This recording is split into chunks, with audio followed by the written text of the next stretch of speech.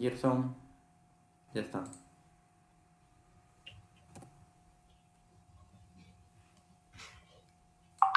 Ya. Ya está Gerson, puedes comenzar. Ya. Buenas tardes con todos, soy Jason Mendoza Almeida, encargado del directorio de logística de la CNFB. Sean bienvenidos a la primera charla virtual gratuita organizada por nuestro capítulo, que se trata sobre la evaluación de las propiedades de concreto in situ post cuarentena. Para ello nos acompaña el ingeniero Luis Gutiérrez, egresado de la Universidad Nacional Federico Villarreal. Fue presidente de nuestro capítulo en el año 2009. Participó como ingeniero de investigación en el Centro de Investigaciones Tecnológicas del Cemento y Concreto en Unicom. También fue jefe técnico comercial de Procercon SAC.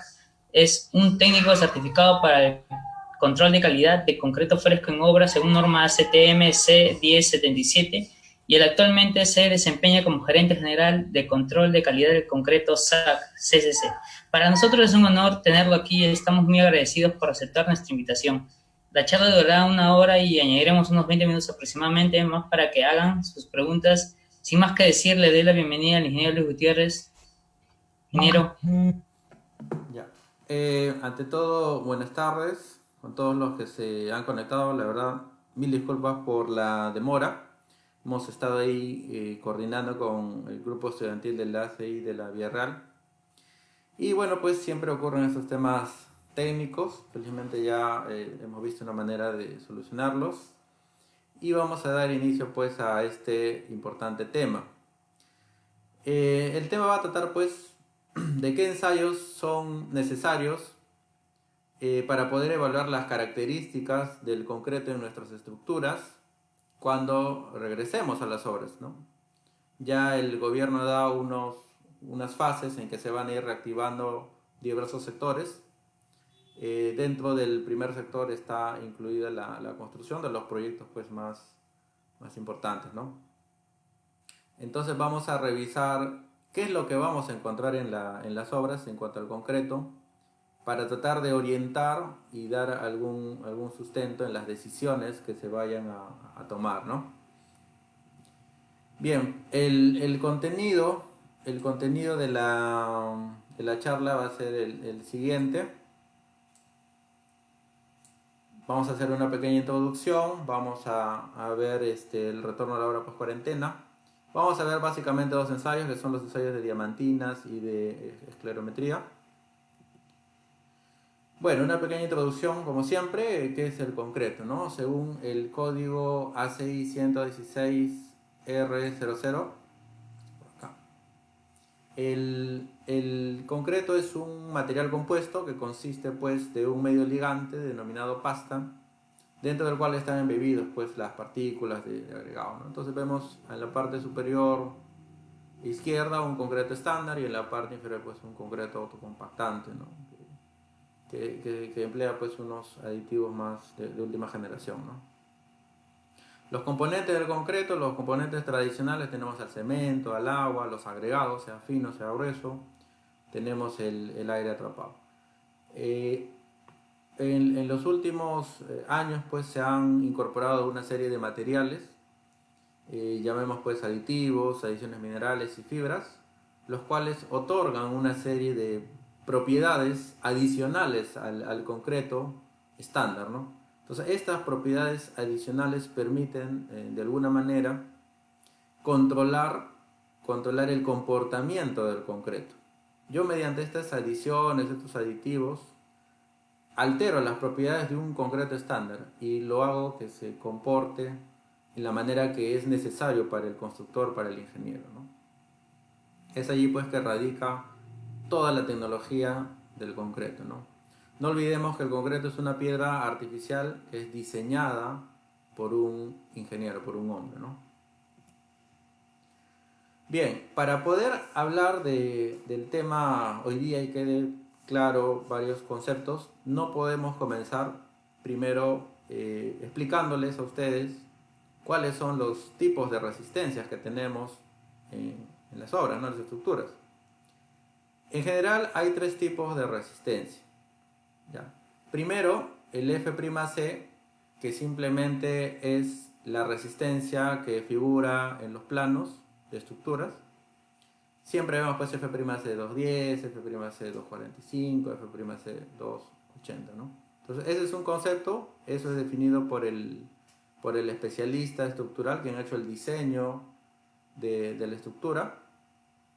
Y hay otro concepto pues que es el F'CR, que es la resistencia requerida. Esta resistencia requerida es la resistencia que se obtiene mediante el muestreo, la elaboración, curado y ensayo de las probetas estándares. Y este procedimiento es netamente bajo condiciones controladas. La única manera de medir al material tal como llega a pie de obra antes que sea colocado, vaciado y vibrado, la única manera es medirlo, y esto es estandarizado, que se debe realizar con probetas, ¿no? Entonces, ¿para qué me sirven las probetas? Las probetas te sirven para determinar la aceptación o el rechazo del concreto durante la construcción. Todo el control de calidad del concreto durante la construcción se hace mediante el muestreo y todos estos ensayos de probetas. Las probetas, no se olviden que para validar el concreto son bajo condiciones controladas. Es la única manera de medir el concreto. Pero luego tenemos el otro concepto de resistencia, que es la resistencia in situ, o también llamado F'CS. El F'CS es la resistencia final del concreto que tienen ya mis estructuras. Y la única manera de medirlo, que es aceptado por los códigos a la fecha, es mediante el ensayo de diamantinas. Este ensayo de aquí solamente se ejecuta cuando por algún motivo nuestras probetas no han cumplido los criterios de aceptación señalados en los códigos, o por el contrario, pues de repente vemos en la estructura que hay una evidencia pues de unas ciertas patologías. De repente vemos una cantidad excesiva de fisuras, más de lo normal, más por temas de contracción plástica, contracción por secado, una cantidad anormal de fisuras que puedan alertar a los actores del proceso constructivo. Entonces, en esos casos se decide pues también poder extraer una muestra de diamantinas para tener la seguridad de que esa estructura es conforme, ¿no? Bien, entonces tenemos que tener claro, el F'C es la resistencia que me piden los planos. El F'CR es la resistencia que debería llegar las probetas para cumplir este F'C. Y el F'CS es la resistencia de la estructura que se mide con diamantinas, ¿no? A ver, para aclarar un poquito más este concepto, F'C, por ejemplo, es 210, es lo que más utilizamos acá en el medio. La pregunta es, ¿cuánto más debería tener de resistencia mis probetas para decir pues que yo manejo un concreto conservador, un nivel de concreto adecuado, ¿no? Porque acuérdense, siempre las probetas deberían estar muy por encima del F'C. No existe el control de calidad pues que tú digas, me pedían 210 y mis probetas están dando 212, 214 y feliz, guardo el certificado, todos estamos bien y hemos cumplido. Hacer eso pues sería un indicador de que no estamos entendiendo bien la naturaleza del concreto. Las probetas siempre tienen que dar mucha más resistencia que el F'C. Entonces hay un sobrediseño. Ese sobrediseño es el factor de seguridad que se le da al concreto como material. Pero surge la pregunta, pues, ¿no? Entonces, si me piden 210, ¿cuánto debo dar? ¿220? ¿230? ¿Debo dar 300? De repente dirán algunos. ¿Cuánto de más hay que dar? Entonces, ahí la respuesta la dan los códigos de diseño. Son los códigos quienes establecen cuánto debería ser el sobrediseño, ¿no? Entonces, acá tenemos un pequeño cuadro. Esto lo he obtenido de la norma de premezclado, la norma nacional. Para que tengan una idea, este es un cuadro que nos recomienda, con el cual, si ustedes logran estos sobrediseños, pues se va a decir, se entiende que se están cumpliendo los dos criterios de aceptación que nos pide los reglamentos, los códigos, ¿no? A ver, para entender este cuadro dice, por ejemplo, si mi F'C fuera 210, acá te dan en megapascales, te dan 20, aproximadamente es 210, ¿no? Y te dicen que la desviación estándar, ya sea de la concretera, ya sea de tu concreto que tú produces en las obras, es del orden de 35 kilos por centímetro cuadrado, ¿no? Si esto lo convertimos a 35. El F'C de tus probetas, o sea, el promedio global de todas tus probetas, debería estar en el orden de al menos 250. ¿Por qué tomo este valor de aquí de 35? Porque esta es una medida de dispersión de la producción de concreto, ¿no? Normalmente una concretera, un proceso de producción concreto medianamente o adecuadamente controlado, presenta desviaciones estándar pues del orden de 30, 35, ¿no? Si tenemos producciones de concreto del orden de 55, es pues indicador de que no se está haciendo pues bien el control de calidad, ¿no? Hay varias cosas ahí por mejorar, ¿no? Entonces lo estándar, lo común, una concretera promedio, adecuada, un proceso de producción de concreto propio, en obra también adecuada, normal, está en el orden pues de una desviación estándar de 30 a 35 kilos por centímetro cuadrado. Entonces si me pedían 210 en mis planos, mi F'Cr debería ser al menos, para yo cumplir lo que me piden los códigos de diseño, del orden de 247, redondeando 250 kilos por centímetro cuadrado. Eso es lo que debería yo tener en las probetas, como promedio global. Otro ejemplo, ¿no? Si mi F'C era 350 kilos por centímetro cuadrado y la desviación estándar del proveedor premezclado, que puede ser cualquier empresa, está en el orden de también de 35, pues el F'Cr global de todas esas probetas que me abastece el proveedor premezclado debería estar en el orden de 400, ¿no? Entonces hay sobrediseños pues del orden más o menos conservador para las condiciones locales que tenemos, va en el orden de 40, 50 kilos por centímetro cuadrado por encima del F'C que nos indican en los planos, ¿no? ¿Por qué la resistencia de las probetas debe ser mayor a lo que me piden los planos?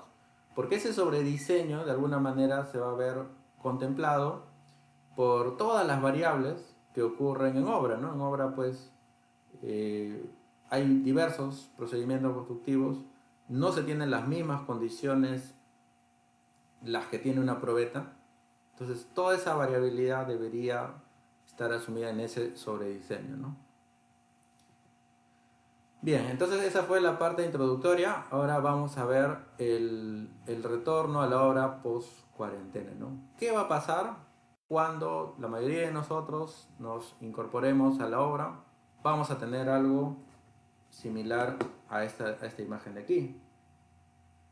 Vamos a llegar, vamos a encontrar a nuestras probetitas del 13, 14 de marzo, dependiendo cuál haya sido su día de vaciado, su último día de vaciado. Vamos a encontrar nuestras estructuras encofradas. Nadie la desencofró, el concreto fraguó, endureció, pasaron 28 días y sigue allí. Vamos a tenerlas que desencofrar. Y vamos a encontrar muchas patologías, principalmente destacándose las fisuras, ¿no? Y principalmente en los elementos horizontales que han estado expuestos, ¿no? Ellos son los elementos que han sido más que son más vulnerables a este tema de la fisuración por un nivel de secado pues extremo, ¿no? Entonces vamos a ver una serie de fisuras, también seguramente en algunos elementos verticales, pero donde va a predominar el tema de las fisuras van a ser en las losas, en las plateas de cimentación, ¿no? Entonces vamos a ver cómo actuamos pues para resolver o para dejar tranquilos a todos los actores del proceso constructivo cada uno de estos puntos, ¿no? Comencemos por el primero. Perdón. Importante que no existe ningún código, norma, un estándar que diga qué se debe hacer en estos casos. Este tema del COVID pues es algo que no está contemplado, no hay ninguna situación dentro del reglamento que diga pues qué se debería hacer en estos casos, ¿no? Porque es algo que ha ocurrido, pues nadie se lo esperaba, ¿no? Bien, entonces vamos a dar acá algunas sugerencias, ¿no? Porque lo que se va a unir aquí es una serie de sugerencias de cómo actuar para sustentar nuestras probetas, cómo actuar para sustentar el concreto de la estructura, cómo actuar para reparar de repente esas fisuras que están allí, ¿no? Entonces primero vamos a hablar del concreto de las probetas, ¿no? ¿Qué sucede? Vamos a tener dos escenarios principales. Que en obra, el último día vaciado, pues efectivamente sí se mostrarán probetas. Recordemos que la norma dice que estas probetas debieron muestrarse, elaborarse, curarse y ensayarse bajo condiciones controladas. Pero pues eso no se ha cumplido, ¿no? Porque las probetas se quedaron allí. Nadie pudo ir, desmoldar, identificar y poner en condiciones controladas de curado las probetas. Las probetas han quedado ahí dentro de los moldes, ¿no? Entonces son condiciones desfavorables, son probetas que no cumplen las condiciones controladas que te pide la norma. Pero ¿qué hacemos con esas probetas? ¿Las desechamos? ¿Las eliminamos? ¿No sirven? ¿Las puedo ensayar? La recomendación, como le digo, porque esto no está escrito, no es un estándar, la recomendación que se da por muchos especialistas es que ensayemos esas probetas, que no importa que no hayan estado en condiciones de curado pues estándares, controladas, pero al menos las ensayemos, porque es preferible tener algo de información, alguna información nos dará a no tener nada, ¿no? Entonces, una vez que ensayes estas probetas, vas a verificar el cumplimiento de los criterios de aceptación de estas probetas. ¿Qué significa esto de aquí? Significa pues que vas a tener tres posibles escenarios. El primer escenario, la primera posibilidad es que efectivamente pues estas probetitas, a pesar de que no han curado en condiciones estándares, sí cumplan los dos criterios de aceptación que te pide el Reglamento Nacional de Edificaciones. Sí cumplen. Entonces, si las probetas sí cumplen, es un indicador pues que el concreto, al menos como material, era conforme. Pero viene allí también un tema, ¿no? Que no basta que las probetas indiquen pues que el concreto era conforme, sino también es importante que todos los actores del proceso constructivo estén conformes. Porque ¿de qué vale que las probetas hayan cumplido si mi supervisión de alguna manera pues no está conforme, ¿no? O la entidad para la cual yo estoy realizando el proyecto no está conforme, me va a observar. Entonces, si ensayas las probetas y si cumplen y todos están conformes, podríamos decir pues que está bien y continúa la construcción. Sigue con tus demás elementos por vaciar. ¿Qué es lo segundo que puede ocurrir? Que efectivamente también las probetas cumplan, entonces justifica pues que el concreto como material era conforme, pero sucede pues, y esto seguramente va a ser el común denominador, que no todos van a estar conformes.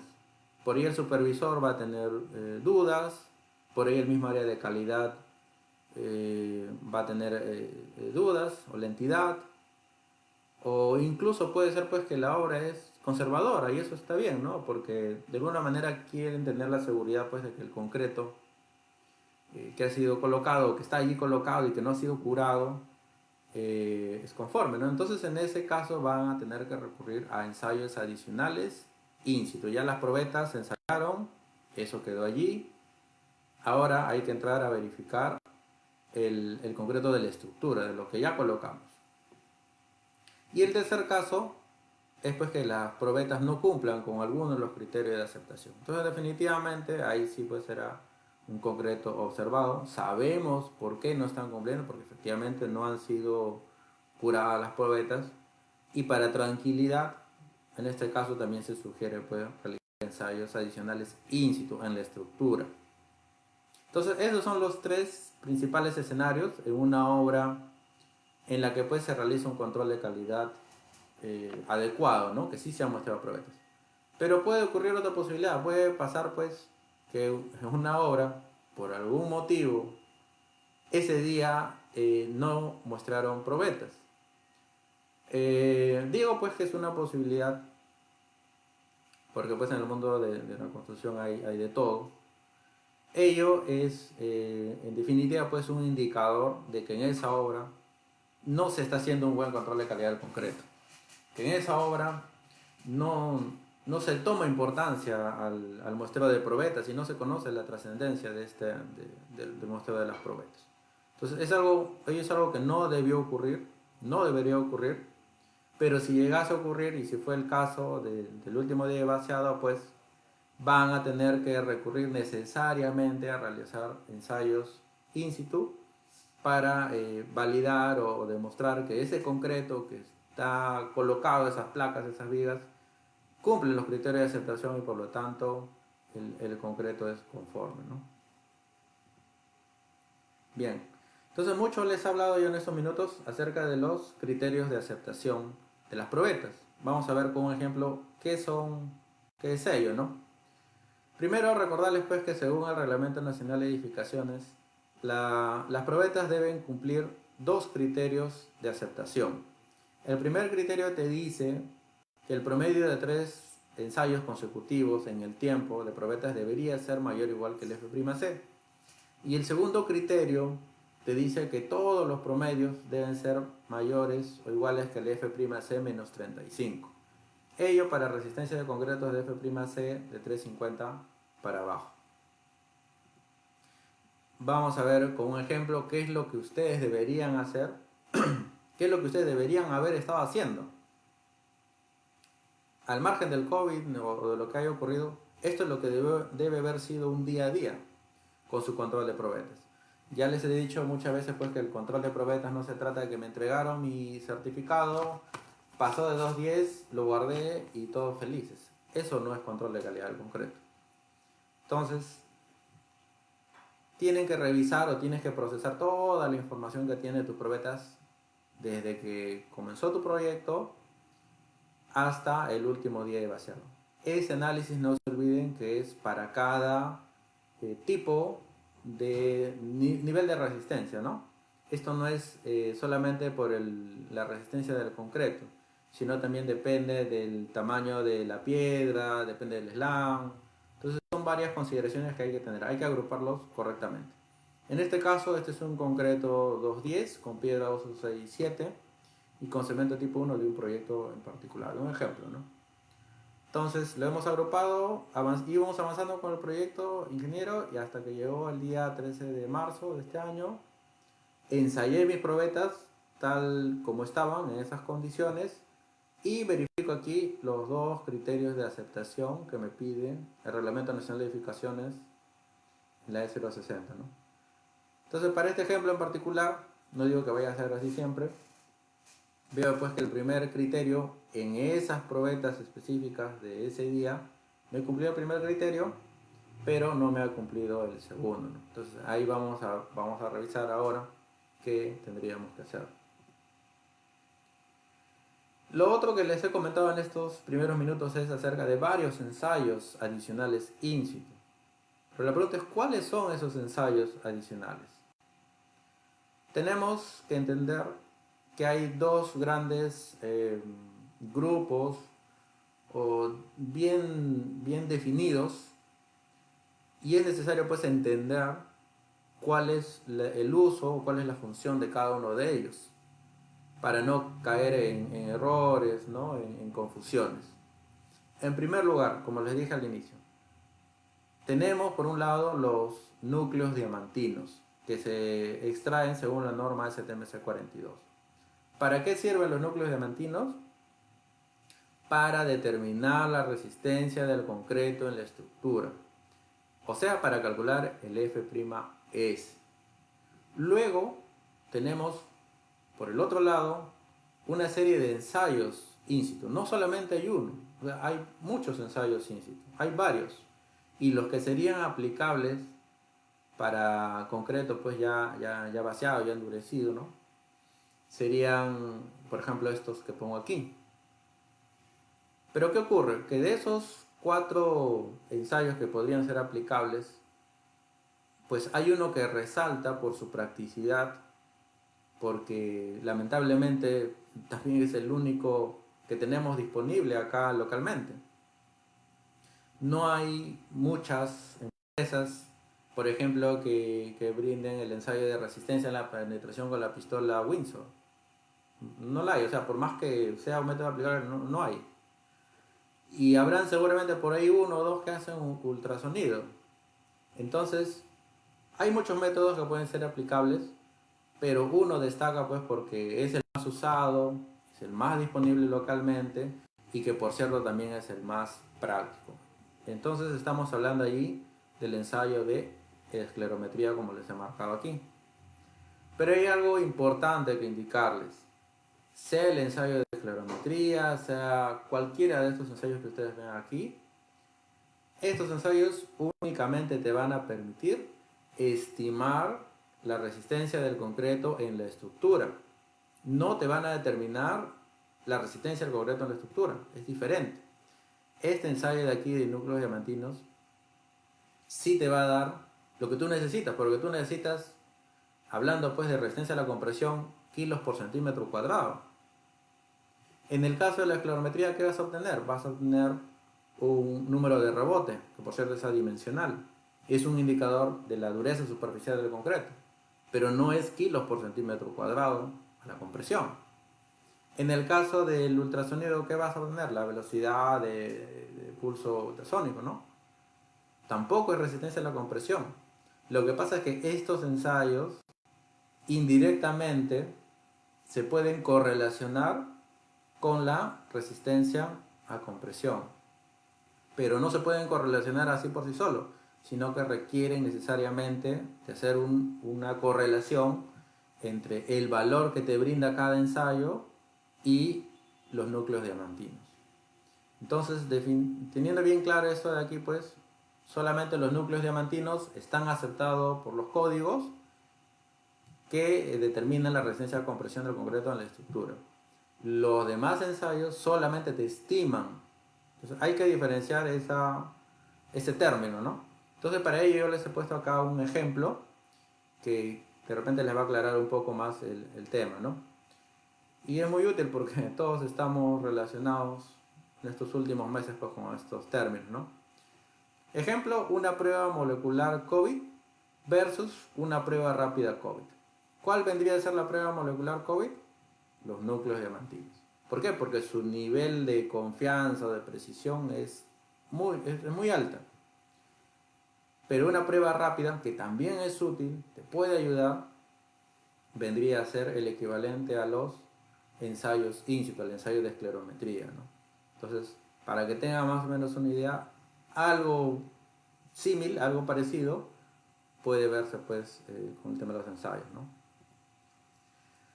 Para aclarar aún más esto de aquí y también este cuadro va a ayudar a que puedan tomar una decisión de qué realizar, si ensayo de diamantinas o ensayo de esclerometría. A ver, vamos a analizar cada uno de sus características, ventajas, desventajas para que ustedes puedan elegir correctamente el ensayo, ¿no?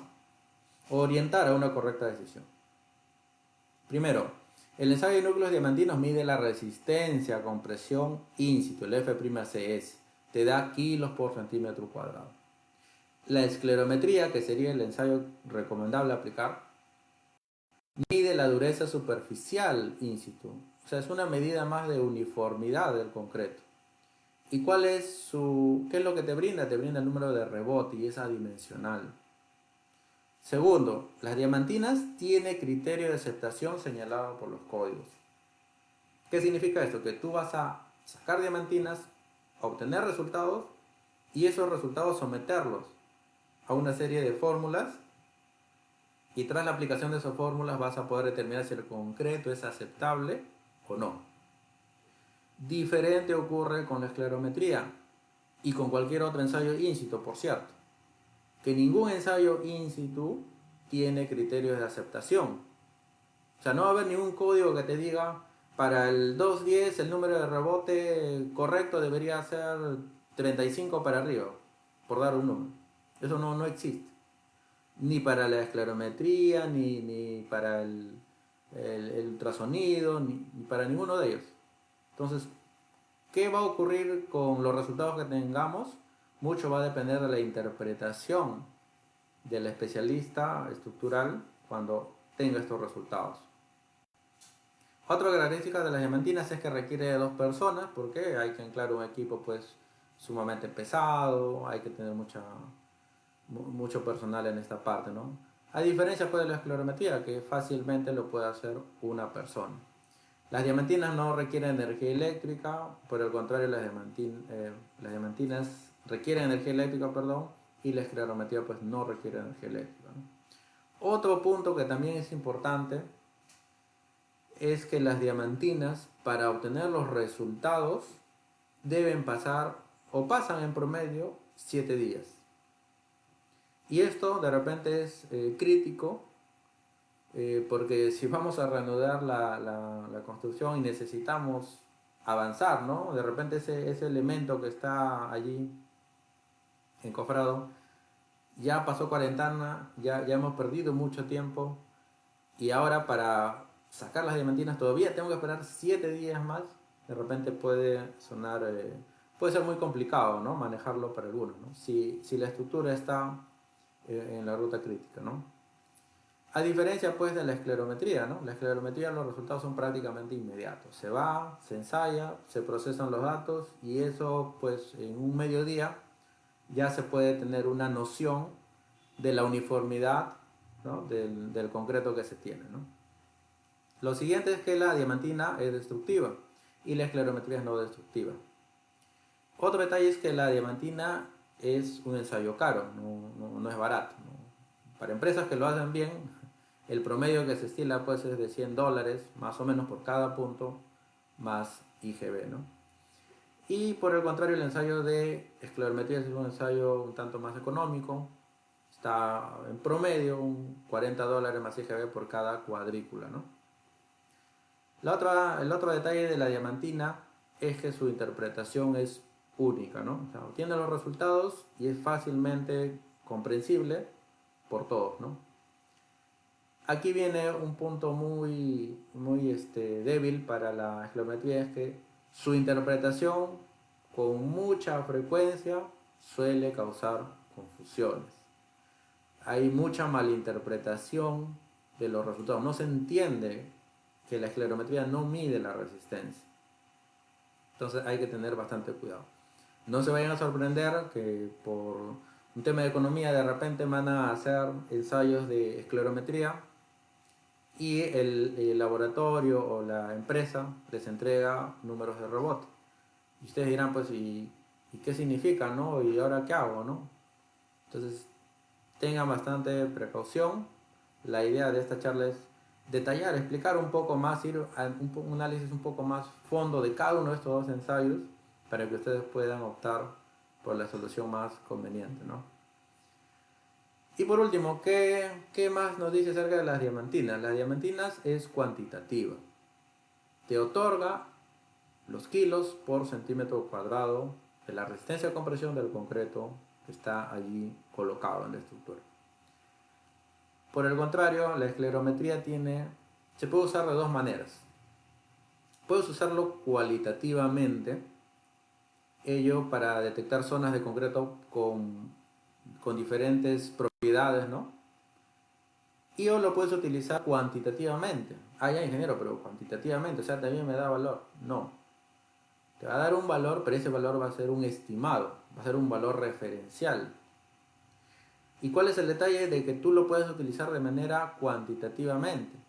Que necesariamente te obliga a que tú lo tengas que correlacionar con núcleos diamantinos.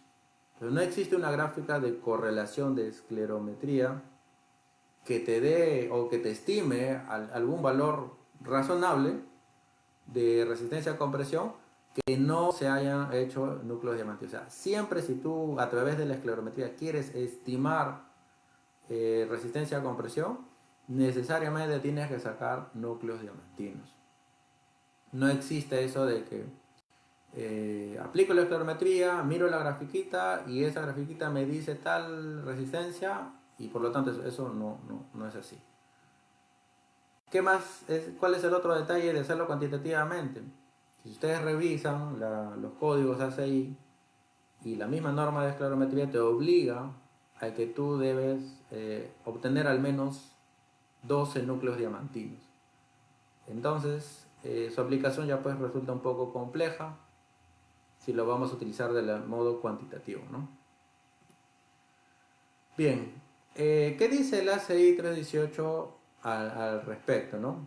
Si queremos ver este tema de que pues las probetas probablemente hayan dado bajas porque no han sido curadas, en ese caso te dice que cuando hay valores bajos de resistencia, las probetas no cumplen, se hace una investigación de los resultados de ensayos de baja resistencia. Entonces, ¿qué te dice el ACI 318? Te dice en uno de sus comentarios que la autoridad competente debe utilizar el criterio acerca de la verdadera importancia de los resultados bajos y si se justifica preocuparse. Si se juzga necesario efectuar investigaciones adicionales, como se describe en el ACI 228.1R, estos son los ensayos que vimos antes, o en casos extremos, ensayos de resistencia tomados en la estructura, o en casos extremos, o sea, te intuye o te dice indirectamente que pues solamente en casos extremos habría que sacar núcleos diamantinos, ¿no? ¿Qué más te dice? Que los ensayos no destructivos, vistos por estas normas, pueden ser útiles para determinar si una porción de la estructura realmente contiene o no concreto de baja resistencia. Pueden ser útiles. ¿Qué más? Te aclara que dichos ensayos son valiosos si se realizan para hacer comparaciones dentro de la misma obra, más que como mediciones cuantitativas de la resistencia. Nuevamente te lo aclaro. Que solamente esos ensayos son para estimar y es una medición más cualitativa que cuantitativa, ¿no? Entonces hay que tener bastante cuidado. Nuestro reglamento también te lo dice de alguna manera, dice se confirma la posibilidad que el concreto sea de baja resistencia y los cálculos indican que la PCA de carga se reduce significativamente, debes extraer núcleos diamantinos, ¿no? Entonces, eso es lo que te indican las normas al respecto. ¿Cuál es la sugerencia? ¿Cuál es la sugerencia que nosotros brindamos? Porque de repente ustedes vieron este comparativo. Hay muchos puntos a favor para uno, o hay muchos puntos a favor para otro. El código te dice una cosa que solamente si es necesario en casos extremos, pero también te dice que los ensayos no te miden la resistencia cuantitativamente, ¿no? Entonces, ¿qué hacemos? En ese caso, la sugerencia que nosotros brindamos es enviar los resultados de las probetas y que la decisión de que si se realizan o no se realizan ensayos adicionales y qué ensayos adicionales son, la tome el especialista estructural. Como se dice, zapatero a sus zapatos, ¿no? Entonces, que sea el especialista estructural quien, al ver los resultados de esas probetas, por más que no han estado curadas en condiciones estándares, vea el resultado y sea él quien determine si efectivamente pues es necesario hacer una diamantina, si efectivamente es necesario hacer una esclerometría o cualquier otra indicación, ¿no? Que sea él. Surge otro problema, ingeniero, pero que el estructural responda si en condiciones normales te responde pues después de aquí 15 días, ¿no? Y peor aún, los ingenieros estructurales ahora van a tener una alta carga laboral porque todos los proyectos, al menos los que están viendo, están en la misma condición. Entonces, obtener una respuesta inmediata probablemente va a tomar tiempo. Entonces, en ese caso también podrían acordar o conversar con la supervisión qué ensayos va a ser el más conveniente, ¿no? O por último, decidir pues que sí se hagan los ensayos, ¿no? Porque a nadie le va a hacer mal que se investigue un poco más y tener la certeza de que efectivamente el concreto colocado es correcto, ¿no? ¿Cuál es la otra sugerencia que nosotros brindamos? Es que analices los criterios de aceptación de esa probeta en específico y veas pues qué es lo que no se está cumpliendo.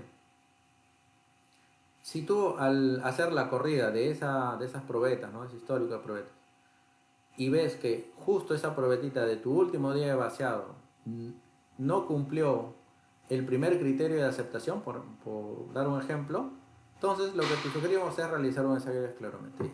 ¿Por qué? Porque de los dos criterios de aceptación que tienen las probetas, el más crítico, perdón, el menos crítico es el primer criterio. Entonces, si no cumpliste el primer criterio solamente, pero sí el segundo, te recomendamos sacar un ensayo al menos de esclerometría. Caso diferente sería pues que no hayas cumplido el segundo criterio de aceptación. Entonces, en ese caso sí te recomendaríamos hacer un ensayo de diamantina. Esa es una sugerencia que nosotros brindamos. Si es que de repente para ustedes es difícil acceder a la opinión de un estructural, acceder a la opinión de una supervisión, es una recomendación que como empresa se la podemos brindar. ¿Qué más? Una vez definido el método de ensayo es importante realizar una reunión en obra, ¿no? ¿Para qué? Para tener identificadas exactamente las zonas donde se van a evaluar o las zonas patrón si se va a utilizar la esclerometría. ¿Por qué? Porque seguramente pues ya con todos estos meses tenemos que actualizarnos, ver en dónde nos quedamos y ver efectivamente pues esas probetas corresponden a un mixer y conocer ese mixer en qué partecita de la estructura fue que se colocó, ¿no? También, ¿qué más debe acordarse en esa reunión? Hay que acordar si se van a, cómo se van a interpretar los resultados, porque una vez que tengamos la esclerometría no es que vamos a entrar en conflictos de que el concreto está bien, el concreto está mal. Entonces ya tener claro desde un inicio cuáles van a ser las reglas de juego, ¿no? Y el tercer punto, pues, elegir el proveedor de ensayos, ¿no? Tiene que ser una empresa competente, con experiencia, ¿no? Que pueda brindarles el soporte para la ejecución correcta de estos ensayos. Recordar que tanto las diamantinas como la esclerometría requieren de personal con conocimiento de ambas normas ASTM. Si voy a sacar diamantinas, debo conocer al revés y al derecho la STMC 42. Si voy a sacar el ensayo de esclerometría, tengo que conocer al revés y al derecho la norma ASTMC 805. ¿Qué más? Que los equipos deberían estar calibrados. Si voy a utilizar esclerometría, como mínimo el esclerómetro debería estar calibrado. Si voy a hacer el ensayo de diamantinas, obviamente pues ahí la diamantina no se calibra, por cierto, porque es un equipo mecánico, pero lo que sí debería estar calibrado es la prensa, es el vernier con el que se miden los diámetros. Todo equipo que realiza algún tipo de medición debería estar calibrado, ¿no? ¿Qué más se requiere? Personal con experiencia. ¿Y qué más se requiere? Criterios para el correcto muestreo. Eso es sumamente importante, indistintamente del método que ustedes elijan. Entonces vamos a ver, a manera de ejemplo, cada uno de estos ensayos, tanto el de esclerometría como el de diamantinas, para que ustedes puedan conocer los requisitos que te pide cada uno de ellos, conocer los principales criterios y consideraciones que debes tener para ejecutar correctamente cada uno de estos ensayos. Entonces, a manera de ejemplo, supongamos pues que ingeniero sí se revisó y en mi obra el estructural me pidió que haga esclerometría. Bueno, está bien, vamos a hacer esclerometrías y aquí les voy a brindar un ejemplo de lo que podría ocurrir. Primero, para hablar de la esclerometría tenemos que ver el campo de aplicación de la norma. Esta es una norma pues para evaluar la uniformidad del concreto. Bien claro te dice un ítem de la norma que este método de ensayo no debe ser utilizado como base para la aceptación o rechazo del concreto. Hay que entender también, la misma norma de esclerometría te lo dice, que esas grafiquitas que vienen en los equipos no se pueden utilizar de manera directa para determinar o ser un indicador de la resistencia a compresión del concreto. Eso no existe. Si revisamos lo que nos dice la norma, dice que las resistencias entre el número de rebote y la resistencia del concreto proporcionadas por los fabricantes, o sea, las gráficas, solo se utilizarán para proponer indicaciones de la resistencia relativa del concreto en diferentes ubicaciones. O sea, la resistencia relativa significa que si esta porción tiene un poquito más o un poquito menos, pero cuánto no hay manera de saberlo. ¿Y cuál es el valor exacto? Tampoco. Simplemente es un indicador relativo de que hay una posibilidad de que esa porción tenga un poco más de resistencia, pero no de ninguna manera pues se deben emplear estos gráficos, ¿no? ¿Qué más te dice la norma de diamantinas? Te dice que para usar este método de esclerometría, perdón, de este método de esclerometría para estimar la resistencia, es necesario establecer una correlación entre la resistencia y el número de rebotes para una mezcla de concreto y un aparato dado. Establezca esta correlación entre el número de rebotes y núcleos diamantinos contiguos. Entonces debes armar esta gráfica de aquí para que tú puedas de alguna manera estimar, no determinar, estimar con mayor precisión lo que representan esos números de rebote. Como le dije al inicio, ¿cuál es el detalle de hacer esta gráfica de correlación? Que la norma te pide pues como mínimo deben haber 6 zonas, pero no 6 zonas con la misma F'C, ojo, o no 6 zonas del mismo tipo de concreto. Si no, no habría correlación. Si no, todo lo que obtenga yo va a ser prácticamente un punto, ¿no? Entonces, como ven acá, hay que desarrollar toda una gráfica.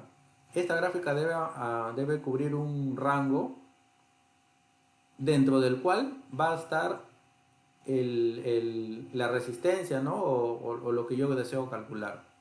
Como mínimo, te piden 6 zonas que deben tener diferentes números de rebote.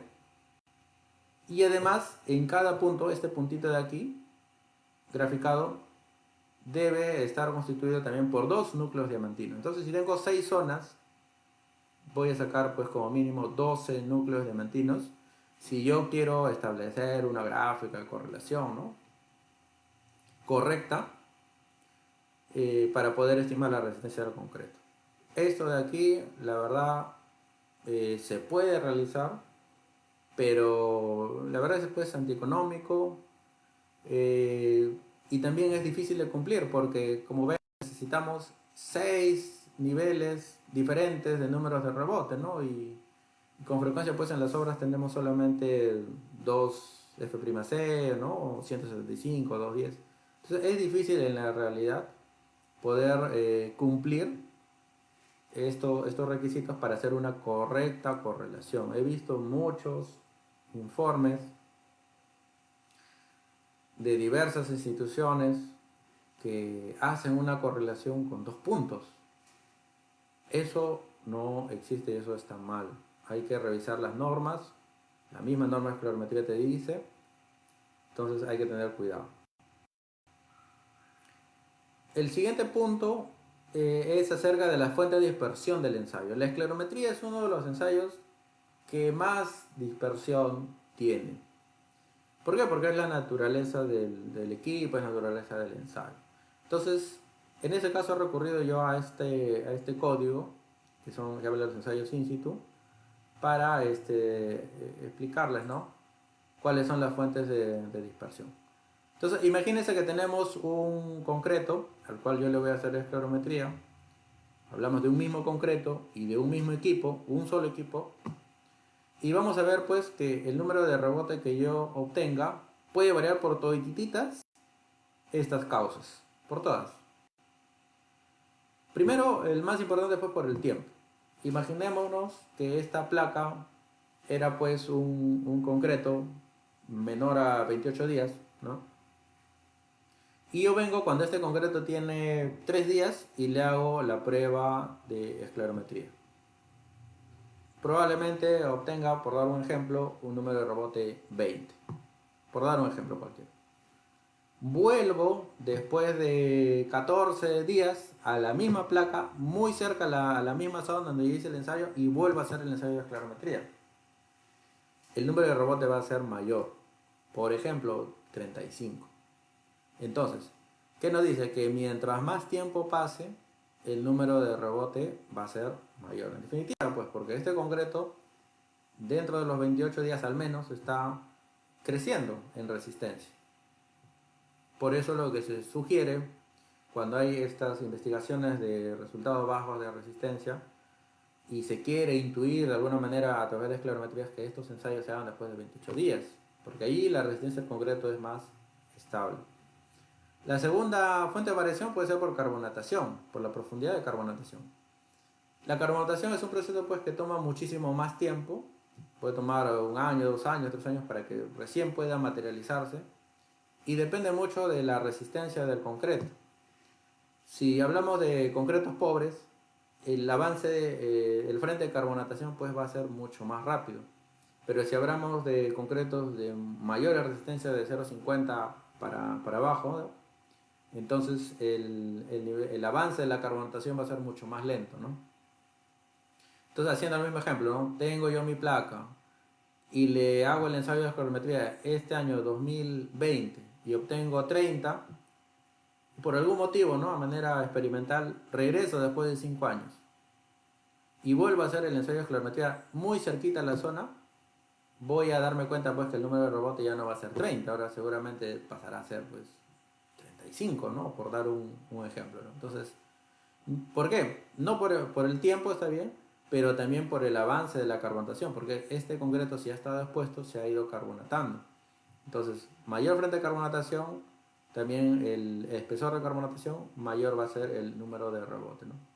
Y de manera similar, ustedes pueden ir revisando cada uno de estos aspectos, ¿no? Ahí está detallado, ¿no? Otro ejemplo es los hallazgos en la superficie. ¿Qué pasa si yo impacto en este punto y justo en ese punto había un agregado grueso que estaba muy cerca de la superficie? Recuerden que el ensayo de geometría es un ensayo superficial. Afecta muchísimo los valores afecta mucho el resultado dependiendo de las características de la superficie del concreto. Si yo impacté y justo había una partícula de agregado muy superficial, mi número de rebote va a ser mayor. Por el contrario, si impacté sobre mortero, mi número de rebote va a ser un tanto menor. ¿Y qué pasa si por algún motivo aquí había una varilla de acero que estaba pues a 1 centímetro, muy superficial? Por algún motivo, no debería ocurrir, pero por algún motivo estaba allí y yo no me di cuenta. Y impacto justo sobre ese punto, pues tu número de rebote va a ser muy, muy, muy alto. ¿Ya? Entonces, tengan bastante en cuenta cada una de estas variables, ponernos a explicar cada una de ellas, pues nos tomaría muchísimo más tiempo, no es la idea, pero tengan en cuenta ello, ¿no? Importancia de usar un solo equipo para un estudio, eso también es importante. Si yo voy a hacer un análisis de esclerometría para una obra, un proyecto específico, y yo lo voy a utilizar a manera de comparación, mi estudio, solamente debo utilizar un solo equipo. No está bien que estemos realizando toda una investigación para un proyecto en especial y de un momento a otro cambiamos de esclerómetro. Eso ya no está bien, ¿no? Todo análisis debe hacerse solamente con un esclerómetro, un solo equipo, ¿no?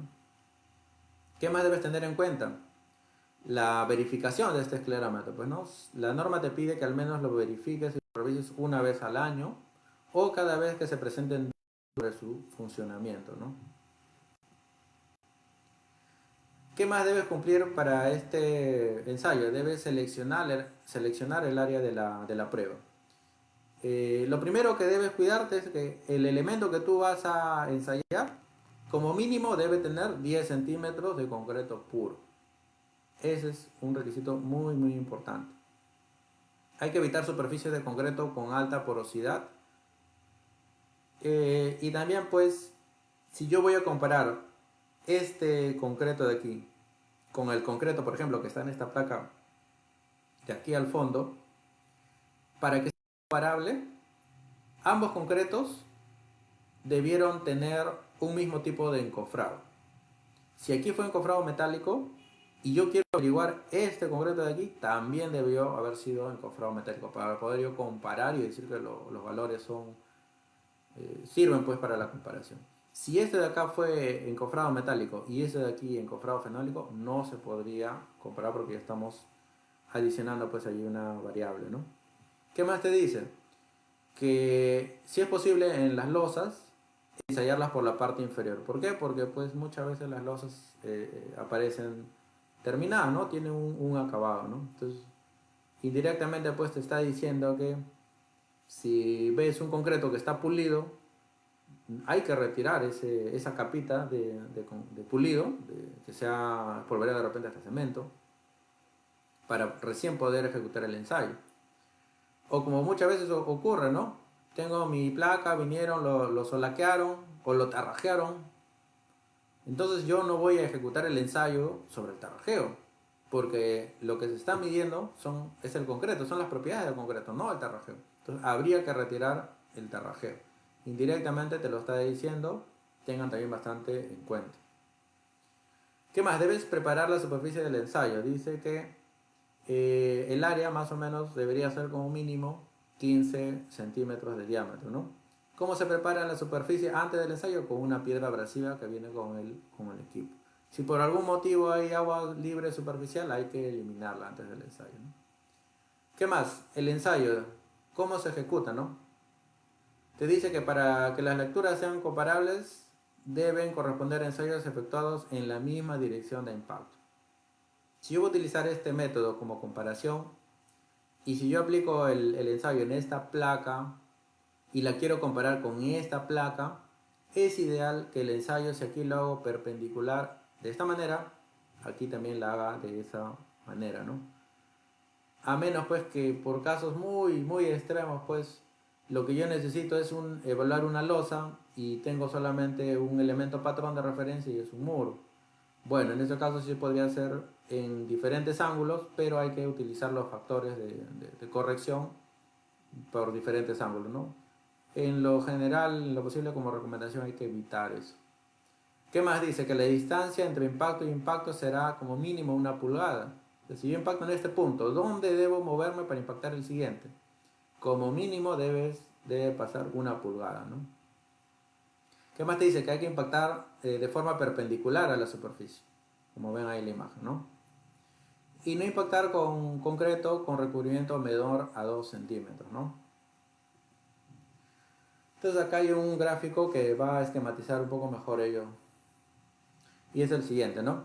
Nos dice que no debemos impactar sobre el acero. Ingeniero, pero ¿cómo hago yo para ver el acero que está dentro?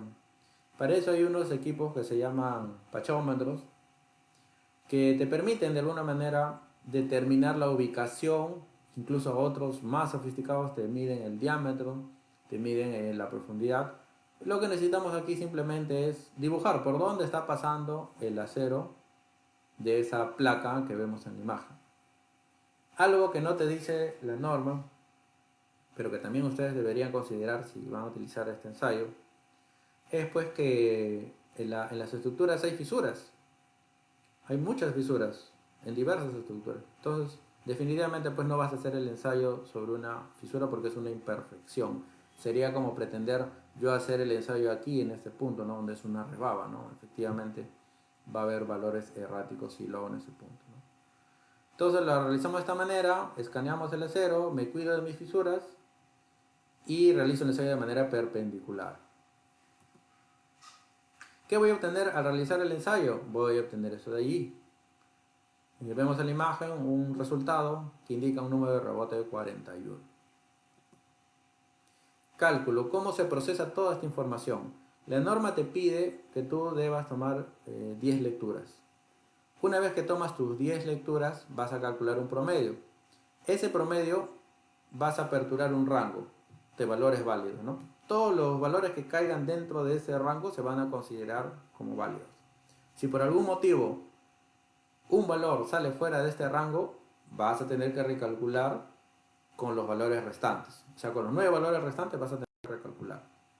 Y si por algún motivo 2 o más valores salieron fuera de este rango, pues en ese caso vas a tener que descartar el ensayo y volverlo a realizar en una porción cercana a donde se realizó el primer ensayo, ¿no? Pero si no ocurre nada de esto, ok, el ensayo se considera como válido, ¿no? Algo que no te dice la norma y que también es motivo de muchas dudas, consultas, es ¿cuántas cuadrículas debo yo sacar? Si ustedes revisan la norma de esclerometría, no te indica ello. Entonces, aquí nosotros les brindamos una sugerencia, ¿no? Que si van a considerar un elemento, la evaluación de un elemento, la medición con esclerometría, consideran al menos 2 cuadrículas. ¿Por qué? Porque el promedio de 2 valores es más representativo. Es mucho más representativo que tener un solo valor. Como las probetas, también se sacan pues mínimo 2 si son de 6 por 12. De manera similar, nosotros recomendamos al menos sacar por cada elemento, como mínimo, dos cuadrículas. ¿Para qué? Para así poderlas promediar. Algo también que no te dice la norma es acerca del ángulo de inclinación. Muchas veces esto también crea confusión, recurrimos a las gráficas, no se entienden las gráficas. Entonces, esto también ya es un estándar. Cuando hablamos de ángulo de inclinación del esclerómetro, 0 grados es en esta posición, más 90 grados es en esta posición y menos 90 grados es en esa posición. ¿Cómo usar el ensayo de esclerometría para estimar la F'C entonces? A ver, ingeniero, fui, ya hice mi ensayo, pero ¿cómo al menos tener una idea, no? Entonces, nuevamente explicarles esta parte, que según el ASI 228.1R, los ensayos in situ en general se pueden utilizar de dos maneras, del modo cualitativamente y del modo cuantitativamente. Del modo cualitativamente, para no hacerlo extenso, es analizarlo por comparación. Y del modo cuantitativamente se utiliza para estimar la resistencia del concreto, y es todo esto de acá que ya les expliqué hace unos minutos, en el que te obliga necesariamente a extraer núcleos de diamantina. Pero nosotros no queremos extraer núcleos de diamantina. Entonces vamos a utilizar este modo de aquí cualitativamente, y que te sirve de esta manera para localizar zonas de concreto con propiedades diferentes. Esa va a ser de alguna manera la conclusión, ¿no? Entonces, ¿cómo aplico yo el método de esclerometría por comparación? ¿Qué es lo que vamos a tener cuando regresemos? Y si ustedes quieren aplicar este ensayo, vamos a tener lo siguiente, ¿no? Ingeniero, esa es la placa que no desencoframos, que no curamos, de la cual se tienen las probetas y que dieron valores bajos. Entonces, este va a ser tu elemento observado. ¿Qué necesitas tú para hacer el análisis por comparación? Como su nombre lo dice, vas a comparar. Necesitas dos elementos. El primero va a ser tu elemento observado, el elemento que no se curó, pero vas a necesitar de un elemento patrón. Ese elemento patrón debe cumplir las siguientes características. Primero, si la fecha de vaciado, llámese cualquier fecha, le ponemos X, debo buscar yo un elemento patrón cuya fecha de vaciado sea más o menos de la misma edad, para no alejarme mucho, ¿no?, de las posibles variables. Entonces, como sugerencia, esto tampoco te lo dicen las normas, pero es en base a la experiencia que nosotros tenemos, es que consideres que esa edad sea más o menos, o esté dentro del más o menos un mes, ¿no? A partir de esta fecha, un mes para arriba o un mes para abajo, en ese rango de fechas busca tu elemento patrón. Lo segundo que debes tener en cuenta, y esto es sumamente importante, es el diseño de mezcla. Porque si yo este elemento observado lo vacié con un proveedor premezclado, y ese proveedor premezclado me vendió el diseño 210 con piedra uso 67 y cemento tipo 1, debo buscar yo un elemento patrón que también sea del mismo diseño de mezcla, para yo poder de alguna manera intuir algo en este elemento que tengo duda.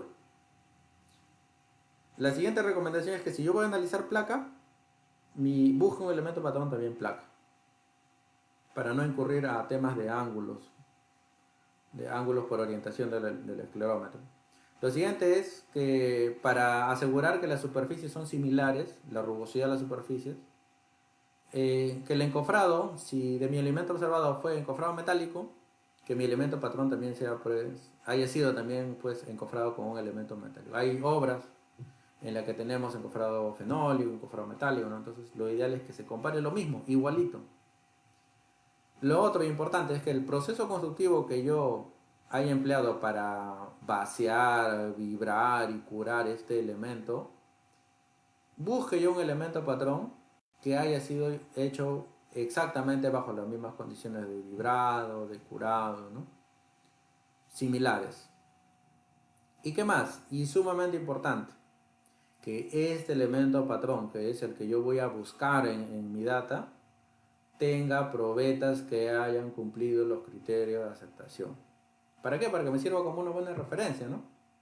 Entonces, si yo me aseguro que este elemento patrón que voy a buscar en mi obra, habrá otra zona, en algún otro lugar en mi obra, al costado, o vaciados cercanos que yo hice con el mismo concreto, ese va a ser un buen elemento patrón, ¿no? Y llega el momento de ejecutar los ensayos. Adicionalmente, esto de acá, pues se sobreentiende que deben ser ejecutados por el mismo técnico, por el mismo equipo y por la misma orientación del equipo, como ustedes ven allí, ¿no? Entonces, ¿qué voy a tener? Voy a ensayar, hay una serie de data que hay que poner el tema de la calibración, hay que poner la fecha en que se ensaya, y voy a comenzar a ejecutar el ensayo de escalometría en ambos elementos, en mi elemento observado del que yo quiero saber cómo está este concreto que no se curó, que no se desencofró por el tema del COVID, y voy a buscar mi elemento patrón, pues que a ese sí tengo probetas y que de ese sí pues tengo, sí lo curé y todo lo demás, ¿no? Y voy a obtener, por ejemplo, estos resultados, ¿no? Tengo acá pues que saqué 2 cuadrículas para mi elemento patrón,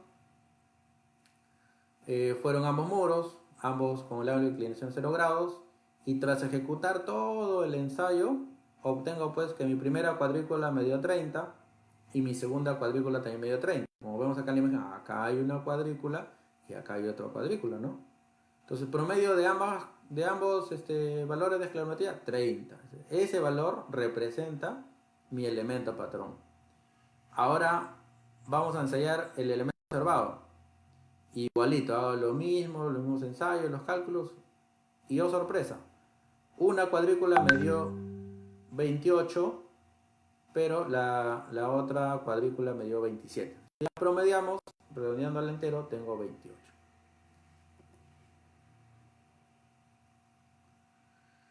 Bien, entonces, tenemos pues estos resultados, ¿no? En resumen ya, mi elemento patrón 30, mi elemento observado 28. Y allí viene el dilema, ¿no?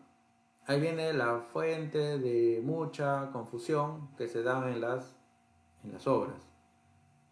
Porque van a surgir muchas preguntas. Vamos a ver, ya el laboratorio nos reportó, ya la empresa nos reportó, estos son los números de rebote. ¿Y qué significa N28? ¿Y qué significa N30? ¿Qué es? ¿Cómo interpreto eso de ahí? ¿Cuántos kilogramos por centímetro cuadrado representan? Ahora sí utilizo las gráficas. ¿Cuánto es la diferencia máxima aceptable? ¿Por qué? Porque si yo a simple vistazo puedo ver pues que mi elemento patrón era 30 y aquí me está diciendo 28 y cualquiera pues puede decir, oh no, ese concreto tiene mucha menos resistencia, está mal. Surgen muchas dudas, muchas preguntas. ¿Por qué? Porque lamentablemente los códigos no establecen criterios de aceptación. No te dicen cuánto es el valor o cuánto por debajo menos aceptable es este valor, si está en el patrón, cuánto menos debería obtener yo como número de rebote para decir si son iguales, parecidos o si están pues definitivamente muy por debajo, probablemente la resistencia. Entonces no hay ningún código que te establezca ello. Lo que nosotros le podemos brindar como sugerencia, que es considerar que el concreto observado es similar si el número de rebote está al menos dentro del rango de más o menos 6. Más o menos 6. Consideren, es una sugerencia en base a nuestra experiencia, para que ustedes puedan decir pues que el concreto aproximadamente similar, es muy parecido al elemento patrón, que este elemento patrón sí tiene probetas y sí cumple los criterios, entonces por lo tanto este concreto también tiene una alta probabilidad pues de que también esté conforme, ¿no? ¿Por qué nosotros recomendamos 6? Porque si ustedes han revisado en esta parte que les indiqué, la norma te indica esto de aquí, ¿no? Que tú tomas 10 lecturas, calculas el promedio y aperturas un rango. ¿Cuál es el rango que considera la norma para considerar, pues, que los mismos números de rebote ya dentro de una cuadrícula hablando, ¿no? Son aceptables? Te dice 6. Te dice 6. Pero ya si están fuera de 6, por encima o por debajo, ya hay que descartarlo, ¿no? Entonces, siguiendo el mismo principio, siguiendo la misma idea, es que nosotros también tomamos ese valor de al menos más menos 6 para decir que el concreto posiblemente presenta las mismas características. Nunca por nunca este número de aquí se voltea el equipo, se lee el equivalente en kilogramos y eso se reporta, ¿no? Eso tengan bastante cuidado.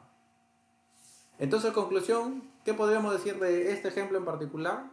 Que si mi patrón me dio 30 y mi observado me dio 28, no te preocupes, no te alarmes, son solamente 2 puntos, puede tener hasta 6. Conclusión es que los resultados permiten estimar que el concreto de los sectores muestreados presentan características similares. Esa es la única conclusión que un profesional competente te podría dar. Ahora, si alguien pues con un número de rebote te dice pues que eso equivale a tal resistencia, tengan bastante cuidado, pues eso no es así, los códigos no lo permiten, te lo dicen claramente, eso no estaría bien, ¿no? Pero eso es el problema, ¿no, ingeniero? Pero yo no necesito un número de rebote, no me queda claro, mi supervisor no entiende, la entidad me ha rechazado, necesito yo kilos por centímetro cuadrado. Entonces en ese caso vas a tener que recurrir al ensayo de diamantinas. Te voy a hacer rápidamente pues una descripción de este ensayo. Primero, que te dice el reglamento, que si tú vas a evaluar una zona o porción, por cada valor bajo que no haya cumplido el segundo criterio, debes tú sacar 3 núcleos de diamantino. No existe que voy y solamente saco una diamantina, eso no tiene representatividad. Debes sacar mínimo 3 por cada valor bajo. Bien, entonces vamos aquí al segundo, ¿no? A la segunda recomendación. A ver, denme un minuto, por favor. Voy a conectar el cargador.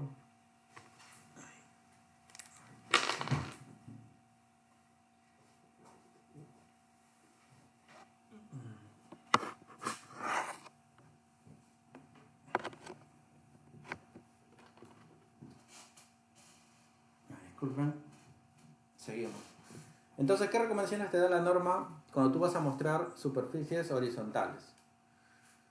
Te dice que cuando tú vas a evaluar la resistencia de superficies horizontales, aléjate al menos 15 centímetros de los bordes, de las juntas aserradas o de juntas obvias, ¿no? Por el proceso de vaciado que se hayan podido formar. Entonces vemos aquí en el ejemplo que es una losa, hay unas juntas, unos cortes que se hacen, ¿no? Nosotros buscamos pues alejarnos siempre más de 15 centímetros. Y en superficies verticales, en lo posible, pues trata de mostrar la parte central, ¿no? La zona media, ¿no? En lo posible, en lo razonable, ¿no? ¿Qué más te dice? Que es ideal, pues, evitar la presencia de acero, de varillas, dentro de los núcleos diamantinos, ¿no? Aunque la normativa actual, de alguna manera, te permite, ya es un párrafo que se ha añadido en la última norma, en casos excepcionales podría, pero no está realmente claro, definido allí los criterios para valorar la influencia de esas varillas, ¿no? En general, para que no se complique, evitemos la presencia de varillas de acero en los núcleos diamantinos para considerarlos como aceptables para ensayar diamantinas. Por ello, y también por la razón principal, pues que no es posible pues, que estemos dañando las estructuras, ¿no? Si vamos a hacer una evaluación de una placa, no podríamos estar dañando, ¿no? El acero. ¿Cómo logro evitar perforar acero? Vamos a utilizar estos equipos, que son los pachómetros, ¿no? Para yo poder escanear por dónde están pasando las varillas y saber dónde perforar. Lo que sí te permite la norma de diamantinas es que sí pueden contener fibras de acero, ¿no? Las fibras de acero sí son permitidas, ¿no? Como ven acá en la imagen de un núcleo diamantino que tiene fibras de acero, ¿no? Lo siguiente que tienes que tener cuidado es con la correcta elección del diámetro, y esto lo hemos hablado en muchas charlas. Como sugerencia, cada vez que vamos a evaluar la resistencia, la norma como mínimo te pide cumplir dos condiciones, que el diámetro del núcleo sea mayor o igual a 3.7 pulgadas y que el diámetro del núcleo sea mayor o igual a 2 veces el tamaño máximo nominal. Cumpliendo la primera condición, generalmente se logra ello, ¿no? Para que no se compliquen, traten siempre en lo posible de sacar 4 pulgadas. Si no se puede 4 pulgadas, recién volteen la mirada hacia el núcleo de 3 y de ahí recién al de 2 pulgadas. El de 1 pulgada no se les ocurra sacar porque eso no está bien, ¿no? Entonces, sugerencia, al menos 2 pulgadas y siempre cuídate de 2 veces el tamaño máximo nominal del agregado. ¿Cuál es la longitud que debe tener tu muestra? Como mínimo debería ser exactamente igual al diámetro. O sea, si yo utilizo 4 pulgadas, como mínimo, la longitud que debería tener ese núcleo, ya para ensayar, debería ser el mismo diámetro, ¿no? O sea, si acá es 4, acá también es 4. Si acá es 3 pulgadas, acá también es 3, como mínimo. Pero ¿cuál es lo ideal? Lo ideal es que esta longitud sea el doble del diámetro. Si acá es 3 pulgadas, que acá es 6 pulgadas. ¿Para qué? Para tratar de alguna manera replicar lo que se hace con las probetas. Las probetas son 4 pulgadas por 8 pulgadas, son 6 pulgadas por 12 pulgadas. Entonces, lo ideal es tener el doble. Si no se puede, por diversos motivos, como mínimo busca el diámetro, ¿no? Luego te dice que hay un acondicionamiento de humedad, y esto también lo hemos explicado ya varias veces.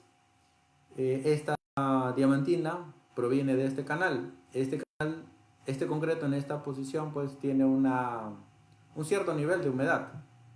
Cuando yo voy a extraer este núcleo, vengo con un equipo, ese equipo está lubricado con agua, obtengo el núcleo, pero este núcleo, si se dan cuenta, está totalmente humedecido. La humedad de este núcleo no representa la humedad de este canal. Entonces, por esa diferencia de humedades que se introducen al núcleo, miren esta imagen que ayuda bastante a entender ello. Vemos aquí dos humedades, ¿no? La humedad propia del concreto en la estructura y vemos toda la humedad adicional que se ha introducido por el efecto de extraerla con la perforadora diamantina, ¿no? Porque se lubrica con agua. Entonces, esa diferencia de humedad puede ocasionar mucha dispersión. Entonces, es por ello que la norma te da un método de acondicionamiento, ¿no? Que lo vamos a resumir brevemente, ¿no? Te dice que una vez que extraes los núcleos, en no más debes secarlos inmediatamente ¿no? Y esperar que la humedad superficial evapore. No debería pasar más de una hora. Luego debes colocar los núcleos en bolsas plásticas separadas o contenedores no absorbentes y selladas para evitar la pérdida de humedad, ¿no? Entonces ya pasó como máximo una hora, ya la sequé, e inmediatamente hay que sellarla. Nosotros utilizamos este stress film que se llama para poder sellar los núcleos, ¿no? ¿Qué más te dice? Mantener los núcleos a temperatura ambiente y protegidos de la luz solar. Transportar los núcleos al laboratorio tan pronto como sea posible.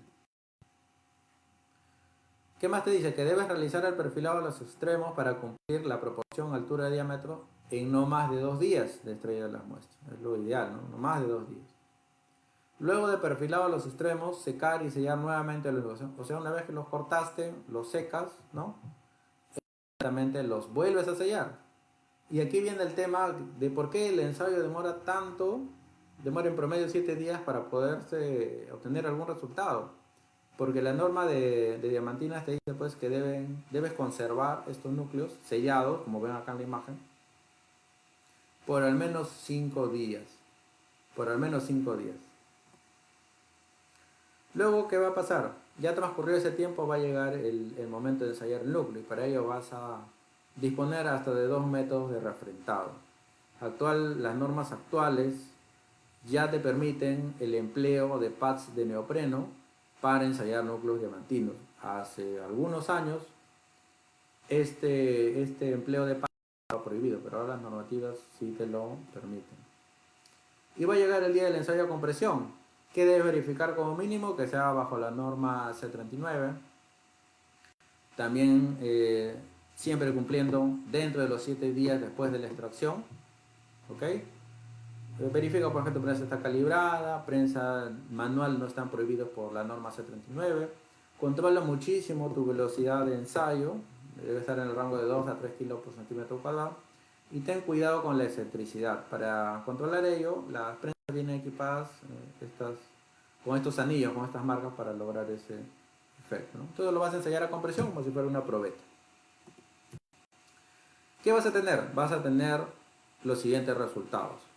Por ejemplo, mis planos decían pues que esa placa que no se curó por el tema del COVID, mis planos decía F'C210. Y voy a tener los resultados de las diamantinas, que como les acabo de indicar son 3 diamantinas como mínimo, es un reglamento. Entonces tengo diamantina 1, diamantina 2, diamantina 3. Promedio 182. Surge la pregunta, ingeniero, ¿qué hacemos? Era 210 y acá tenemos 182. Uy, sí está mal ese concreto por el tema del COVID, ahora vamos a tener que demoler, el curado ha afectado bastante. ¿Qué hacemos? Simplemente hay que revisar nuestro reglamento. El reglamento te dice pues que el concreto de la zona representada por los núcleos se satisface si los núcleos, el promedio de los 3 núcleos debe ser por lo menos el 85% del F'C y que ningún núcleo debe estar por debajo del 75% del F'C. Vamos a revisar entonces si se cumple. Primer criterio, promedio de mis 3 núcleos, 182, mayor que el 85% del F'C, 85% de 210 me da 179, por lo tanto cumplí el primer criterio. El segundo criterio te dice que todos los núcleos deben ser mayor o igual que 75%. Busco mi núcleo más crítico. ¿Cuál es el más crítico? 160. 160 es mayor que el 75% de 210, o sea 158. Sí, por lo tanto cumplió. Conclusión. ¿Qué podemos concluir del concreto producto de esas diamantinas? Que lo concreto muestrado cumple los criterios de aceptación para diamantinas señalados en el Reglamento Nacional de Edificaciones para el F'C especificado. Esto de repente puede causar sorpresa, de repente puede causar dudas. Muchas veces me han preguntado por este tema, ingeniero, pero ¿cómo va a ser posible? ¿Cómo usted puede decir que si mi plan decía 210 y las diamantinas obtengo solamente 182 y está bien? Entonces, es una duda, ¿no? Es una duda razonable, pero tiene mucho que ver con la explicación que les di al comienzo. Y también tiene que ver con que recordemos pues que los códigos de diseño, no existe código de diseño que trabaje al límite. O sea que si te piden 210 y tú piensas que si el concreto de las diamantinas obtienes 205, la estructura va a fallar. ¿Tú piensas que los códigos de diseño funcionan de esa manera? Pues no, no es así. Los códigos de diseño son bastante conservadores. Bastante conservadores. Hay factores de reducción de resistencia que se aplican para castigar la resistencia del concreto. Entonces, es por ello pues que nuestro reglamento y el código A6318 te permiten que los núcleos diamantinos sean aceptables sin llegar al 100% del F'C. Eso es algo importante que lo tienen también que tener en cuenta, ¿ya? ¿Qué más? ¿Qué te dice por ejemplo el ASI318 al respecto? Si les queda un poco de duda, te dice en un comentario, que es este comentario, te dice que los núcleos tienen criterios de aceptación conservadores, capaces de asegurar la capacidad estructural para casi cualquier tipo de construcción. O sea, te estoy diciendo tranquilo, despreocúpate. Si las diamantinas cumplen estos dos criterios de aceptación, tranquilo. Todo lo que se indica en los códigos tiene bastante factor de seguridad. De tal manera que cumpliendo esos dos criterios con seguridad, el concreto es aceptable, ¿no? Entonces vemos pues que aquí es diferente, ¿no? Aquí es diferente a la esclerometría. Acá fue absoluto. Obtuvimos resultados, sometimos esos resultados a lo que nos pide el reglamento y la conclusión es contundente, el concreto es aceptable. Y esto pues es más digerible, es más entendible, creo, para muchos profesionales, ¿no? Ingeniero, ¿qué hubiera pasado si las diamantinas no cumplen? Bueno, no hay problema. Tampoco vamos a tomar una decisión pues de que ya hay que demoler la estructura, hay que demoler ese concreto. ¿Qué debemos hacer en ese caso? Hay que realizar la consulta al ingeniero estructural. El ingeniero estructural va a revisar los valores de las diamantinas, ¿no? Y en función de eso pues dirá, está bien, no hacemos nada y sigan con la construcción. Porque mi diseño ha sido bastante conservador y yo me cuido del tema de la resistencia de esa manera, ¿no? O de repente dicen, no, mira, por precaución vamos a hacer un reforzamiento, hay de repente que añadir algunos elementos, hay que engrosar secciones, de carbono, qué sé yo, eso hay que realizar, ¿no? O lo último, ya en casos muy excepcionales, la verdad es muy raro que esto ocurra, ya se debería pensar pues en una demolición, ¿no? Bien, entonces con esta charla que vamos hasta el momento, hemos podido ver pues dos temas principales. Probetas que no curaron, ¿qué hacemos? Ya les he indicado. Las estructuras que seguían encofradas, que no se desencofraron, que no se curaron, cómo al menos verificarlas con dos ensayos opcionales de diamantina y esclerometría. Pero con ellos solamente lo único que hemos logrado es verificar la calidad del concreto, ¿no? Más no la calidad de la estructura, que es un concepto totalmente diferente. Una cosa es el material ya colocado incluso, pero ¿qué pasa con estas fisuras, ingeniero? Porque de repente ya pasó la viga, todo, pero... o la losa de repente estaba encofrada, ¿no? Ya saqué las pruebas, pero siguen, las fisuras están allí. Las fisuras están allí. Entonces, como es una patología, hay que hacer una revisión y definitivamente pues hay que hacer una reparación, ¿no? Entonces, ¿qué solución planteamos pues para las fisuras? Es que las fisuras hay que repararlas. Hay que repararlas si es aplicable, si es justificable. Y ello pues no se realiza con que voy, miro la fisura y al día siguiente estoy inyectando cualquier producto, ¿no? Hay todo un proceso ingenieril indicado en el código ACI 546R, que es la guía de reparación del concreto. Hay una guía, hay una recomendación que nos da el ACI de los pasos a seguir, de los materiales a emplear para hacer una correcta reparación de fisuras.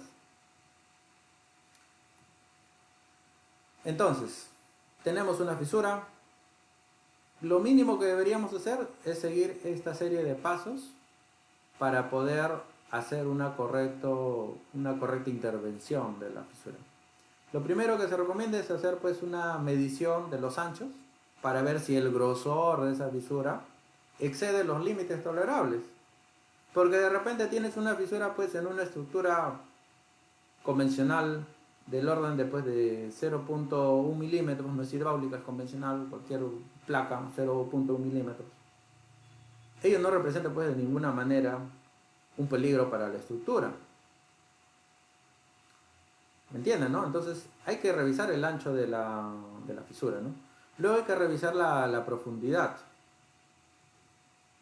Una cosa es que esta fisura atraviese completamente la losa y otra cosa es que sea una fisura pues superficial, ¿no? De profundidad 1 centímetro, cosas así, ¿no? Otro punto importante que hay que revisar es la actividad. Esta fisura de aquí es estática, ya no tiene movimiento, o es una fisura dinámica, que por algún motivo yo veo que va pasando el tiempo y va creciendo, se va engrosando, se va hinchando. Entonces es una fisura dinámica. Por ejemplo, ¿no? Si yo tengo un asentamiento de un suelo, el asentamiento del suelo pues es un proceso que involucra muchísimo tiempo. No es algo que inicia y termina en 3 días o en un mes. Es algo que demora pues varios años. Es lento. Por lo tanto, las fisuras que tienen el origen por esta causa, van a ir, las fisuras van a irse desarrollando poco a poco. Entonces es una fisura dinámica. Lo siguiente que hay que analizar es la causa. ¿Cuál es la causa de esta fisura? ¿Fue por contracción plástica? ¿Fue por asentamiento plástico? ¿Fue por contracción por secado? ¿Fue por origen térmico? ¿Fue por corrosión? ¿Fue por sobrecargas? ¿Por asentamiento del suelo? Y hay múltiples causas.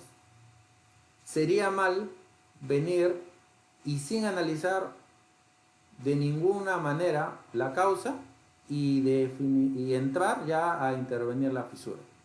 ¿Por qué? Porque imagínense qué pasaría si yo me pongo a reparar una fisura y, por ejemplo, no, esta fisura se debió por corrosión. ¿Ustedes creen que el sellar o el haber inyectado algún producto va a ser la solución ante la corrosión? Definitivamente pues no. Esa reparación que tú hiciste estará allí por un periodo relativamente corto pues, de tiempo y el proceso de corrosión va a seguir actuando y habrás tirado dinero y tiempo en vano, ¿no? O peor aún, imagínense que vengo aquí a reparar fisuras y estas fisuras pues se debe al asentamiento de un suelo. Definitivamente pues no sería viable, ¿no? Entonces, en función de todo de estas variables de aquí, se va a escoger dos cosas, ¿no? Primero vas a elegir el método de aplicación, puede ser por gravedad, puede ser por presión. Por gravedad se recomienda pues cuando las fisuras son anchas, bastante gruesas, ¿no? Y por presión cuando son pequeñas, son delgadas, ¿no? Lo otro que vas a elegir es el material de reparación. No toda fisura se repara con epoxi. Está bien que es el material de repente más conocido por todos nosotros, pero no toda fisura se puede reparar con epoxi, ¿no? Imagínense que ustedes reparen una fisura dinámica, de repente fisuras en losas de estacionamiento, donde hay mucha vibración, mucho movimiento, pues esa reparación definitivamente pues va a estar, va a fallar en pues poco mediano tiempo, ¿no? Tenga bastante cuidado. No existe solamente el epoxi, hay muchos materiales, hay selladores de poliuretano, hay metacrilatos, hay lechadas de cemento, más polímeros, hay polímeros acrílicos. Hay una serie de materiales para inyectar las fisuras. Lamentablemente, pues hay que ver los que están disponibles localmente. Porque el mejor material creo que en el que la mayoría de profesionales coincidimos que es el material idóneo para reparar las fisuras de concreto, es el metilmetacrilato. Pero ¿qué sucede? Que a nivel local y creo que hasta nacional no hay, no hay proveedor que venda estos productos. Entonces, ¿qué nos queda? Nos queda pues tener que recurrir o buscar dentro de la gama de posibilidades que tenemos localmente para escoger correctamente el material. Este tema de aquí es un tema muy amplio, no es un tema pues que ahorita lo estoy comentando muy brevemente, pero para el 5 de junio, si no me equivoco, la Universidad Privada del Norte me ha invitado con mucha anticipación para brindarles una charla y justamente en esa charla vamos a hablar de lleno y vamos a revisar esto de aquí. Vamos a revisar el código de reparación de concretos para fisuras, ¿no? Vamos a revisar allí cuáles son los anchos permisibles, cuál es la profundidad, cuáles son las causas, qué opciones de materiales yo tengo, qué opciones de inyección o tengo yo para reparar las fisuras. Pues todo esto, si ustedes están interesados, podrían acompañar en esa charla viernes 5 de junio con la Universidad Privada del Norte. Ya en su momento le estaremos enviando los links, estaremos publicando allí en la fanpage para que ustedes puedan acceder pues. Bien, entonces con ello damos por concluida la charla. De verdad muchas gracias para los que todavía están presentes. De verdad les agradezco muchísimo y espero pues haber aclarado algunas dudas, algunos conceptos en cuanto a los ensayos que son necesarios y a lo que vamos a encontrar cuando regresemos a las obras después de la cuarentena, ¿no? Muchas gracias y pues doy el pase a los chicos del ACI de la Villarreal para ver si hay algunas preguntas de los que han estado siguiéndonos. Muchas gracias, ingeniero Luis Gutiérrez, por tal presentación. Creo que ha tenido muchos detalles en los cuales les sirva a los que nos están observando, ¿no? En estos momentos. Sí, hay algunas preguntas en las cuales ahorita le voy a dictar, a ver si las puede responder, por A favor. ver, sí. Dice, los ensayos in situ, en este caso esclerometría, ¿estima la resistencia del concreto o estima la homogenización de la mezcla? Estima la homogenización de la mezcla. Es un ensayo que te permite detectar zonas débiles y de esa manera tú poder intuir que se trata de propiedades, de concreto con propiedades similares. La esclerometría no te mide la resistencia, te mide la uniformidad. Ahora que, sin embargo, tú ese ensayo lo correlaciones con diamantinas y de esa manera generes una gráfica que tiene muchos requisitos, como ya vimos, muy exigentes y difíciles de cumplir, te puede servir, pero te sirve, nuevamente lo recalco, para estimar la resistencia. No existe que ya hiciste tu gráfica, todo perfecto, cumpliste de alguna manera eso, y tú puedes decir ya, este número de rebote representa con seguridad 240 kilos por centímetro cuadrado. No, eso no existe, no está bien.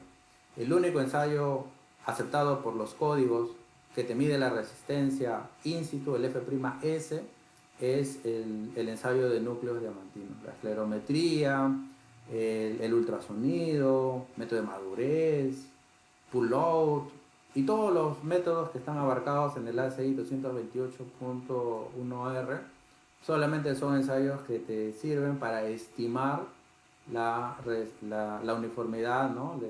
del concreto, ¿no? Estimar la resistencia de alguna manera, ¿no? Esa sería la respuesta. Muy bien, aquí hay otra pregunta. Dice, en los ensayos por diamantina, ¿cómo determinamos los puntos a utilizar de acuerdo a elementos horizontales tanto como verticales? Ah, ya. Bueno, eso lo indiqué en la charla. A ver, vamos. Estamos por unos minutos. Vamos a. Importante pues que quede claro. Están bien las preguntas. A ver, en superficies horizontales tenemos losas, tenemos plateas, tenemos incluso hasta de repente algunas zapatas, si son de gran extensión. Lo que te dice allí la norma es que tú debes alejarte de los bordes, alejarte de las juntas, al menos 15 centímetros, ¿no? ¿Para qué? Para tratar de coger concreto representativo. Porque ¿qué sucede en los bordes? ¿No? Imagínense que este es un borde, el borde de la losa, y yo cojo concreto al borde de los 5 centímetros. Probablemente pues aquí no hay un acomodamiento correcto, ¿no? Del concreto, ¿no? Porque pegado al encofrado no va a ser un concreto representativo. Entonces, con el fin de evitar coger muestras de ese tipo, es que la ACTMC 42 te dice, aléjate al menos de las juntas de vaciado, ¿no? Porque esta losa no se vacía todo en un solo día, ¿no? A veces hay juntas, no juntas cerradas, sino juntas de vaciado. Entonces, visualmente pues se puede reconocer eso en campo. Entonces, aléjate también de esas juntas al menos 15 centímetros, ¿no? Y en el caso de las superficies verticales tenemos pues placas, tenemos muros, tenemos columnas. Lo que se recomienda la STMC 42 es que en lo posible trates de tomar pues de la zona central, zona media, ¿no? No significa que vas a ir con una winch y si mide 4 metros vas a sacarle sector y solamente vale eso, ¿no? Sino tratar de aproximar, ¿no? Ahora si tienes pues un muro, una placa, por algún motivo pues de 5 metros, y si es posible, pues trate de sacarlo a los 2 metros y medio, ¿no? Si es viable, ¿no? Si no, trata pues de tomar una porción más o menos representativa, ¿no? Por eso acá hay que saber interpretar bastante las normas, hay que ser bien cuidadosos.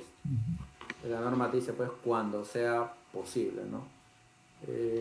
Para las longitudes, las alturas de los elementos normales que se manejan pues en edificaciones, estamos del orden de 240, 250, entonces es fácilmente cumplir ello, ¿no? Y esa sería la respuesta, Gerson.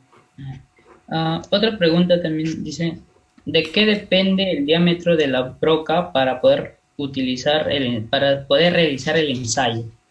Ya, a ver, también lo comentamos, pero vamos a aclarar. Ya, acá está. Cuando tú quieres evaluar la resistencia a compresión, la norma te pide dos requisitos. El primero es que el diámetro del núcleo es mayor o igual a 3.7 pulgadas. O sea, si tú tienes una placa de espesor, pues 25 centímetros, no tienes alta congestión de acero, no tienes congestión de tuberías, etcétera. O sea, es una placa fácil de muestrear. Tú deberías sacarle mínimo 3 puntos, es prácticamente 4 pulgadas. No tendrías por qué sacarle un núcleo de 3, ni por qué sacarle un núcleo de 2. Si las condiciones te permiten pues sacar un núcleo de 4 pulgadas. Entonces cada vez que tú quieres evaluar la resistencia, apunta a sacar núcleos mayores o iguales a 3.7 pulgadas. Solamente si no se puede, porque el muro pues no tiene solamente 10 centímetros, porque hay una serie de doble malla de acero, ¿no? O porque hay bastante congestión de tuberías, o hay muchos defectos en el concreto como cangrejeras, fisuras, ¿no? Que imposibilitan pues sacar un núcleo de esa dimensión. Solamente en esos casos migra o piensa ya en núcleos de 3 pulgadas, 2 pulgadas. Nosotros siempre recomendamos eso, ¿no? Comienza por 4. Si no se puede 4, 3. Y si no se puede 3, 2.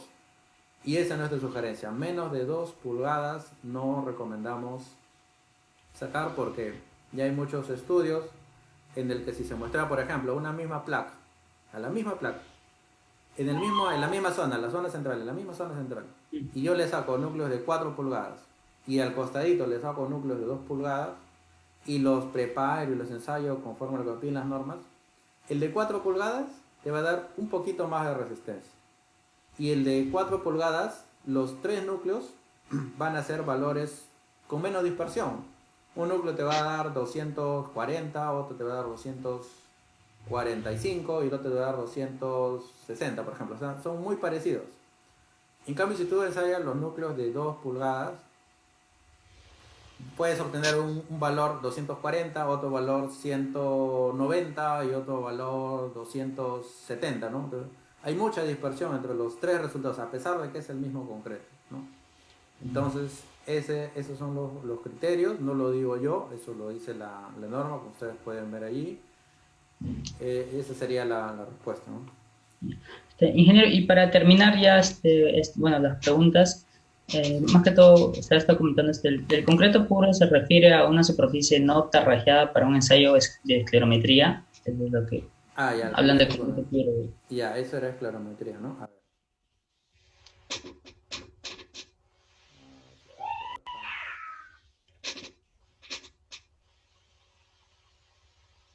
Esto de acá, claro. O sea, me refiero a que el espesor del elemento debe ser como mínimo 10 centímetros. Ahora, son pocos los elementos, ¿no? Que en la realidad pues que haya placas pues de 8, ¿no? De 9 centímetros. Pero por ejemplo, pueden existir canales, ¿no? Los canales generalmente son bien esbeltos, tienen 3 pulgadas, tienen hasta 2 pulgadas, ¿no? Canales de regadío. Entonces ahí son elementos bien esbeltos, pues que no se podría aplicar el ensayo pues de esclerometría, ¿no? Mínimo debería ser 10 centímetros de concreto puro, concreto macizo. Otro ejemplo muy, muy importante, aprovechando la consulta. Tengo losas aligeradas. ¿Cuánto es el espesor de concreto en las losas aligeradas? Por la parte superior, pues la galleta, el espesor, ¿no? De la superficie superior es 5 centímetros, todos lo sabemos. Entonces ahí no se podría hacer ningún ensayo ni de diamantina ni de esclerometría en losas aligeradas. Otros pueden decir ingeniero, pero lo hago justo donde está la vigueta, ¿no? Porque ahí sé que tengo los 5 centímetros y aparte tengo el espesor de la vigueta. Realmente va a ser muy difícil en la realidad que tú con precisión determines que ahí está pasando la vigueta, porque tenemos, recuerden, un espesor solamente pues, de 10 centímetros, ¿no? Para poder ubicar, ¿no? Y también pues la norma te pide como mínimo 15 centímetros de área, ¿no? Tampoco se cumpliría. Y diamantinas, peor, ¿no? Ni pensar en poner una diamantina justo sobre una vigueta porque tienes un espesor pequeñísimo, tienes en medio la varilla de acero, que es la vigueta propiamente. Entonces en losas aligeradas no se puede hacer diamantinas, no se puede hacer esclerometrías si queremos trabajarlo por la parte superior. ¿Cuál es la solución que nosotros damos en esos casos? Sabemos pues que las vigas peraltadas con la losa se vacían monolíticamente, es el mismo concreto. Si tú quieres de todas maneras analizar una losa aligerada, muestra el concreto de la viga, porque es lo mismo. Entonces vas y de la viga, que es el mismo concreto de la losa aligerada, allí sí puedes sacar tanto esclerometrías como diamantina, ¿no? Esa sería la respuesta. Muy bien, muchas gracias, muy bien, ingeniero Luis Gutiérrez, por aportarnos con esta pues, conferencia online, pues, ¿no? De parte del grupo de la CNV le agradecemos mucho y creo que la información que usted ha brindado ha sido de mucha ayuda, no solo para nosotros, sino para todo el público en general que nos está observando en estos momentos, ¿verdad? Bueno, sin más que todo decirle muchas gracias y bueno, creo que estamos satisfechos con la información, ¿verdad? Ya. Muchas gracias a todos los que se han mantenido con la transmisión, por los que han hecho sus consultas. De verdad, muchas gracias al capítulo del ACI de la Vía Real de mi facultad, donde yo fui presidente ya hace algunos años, capítulo de estudiantes.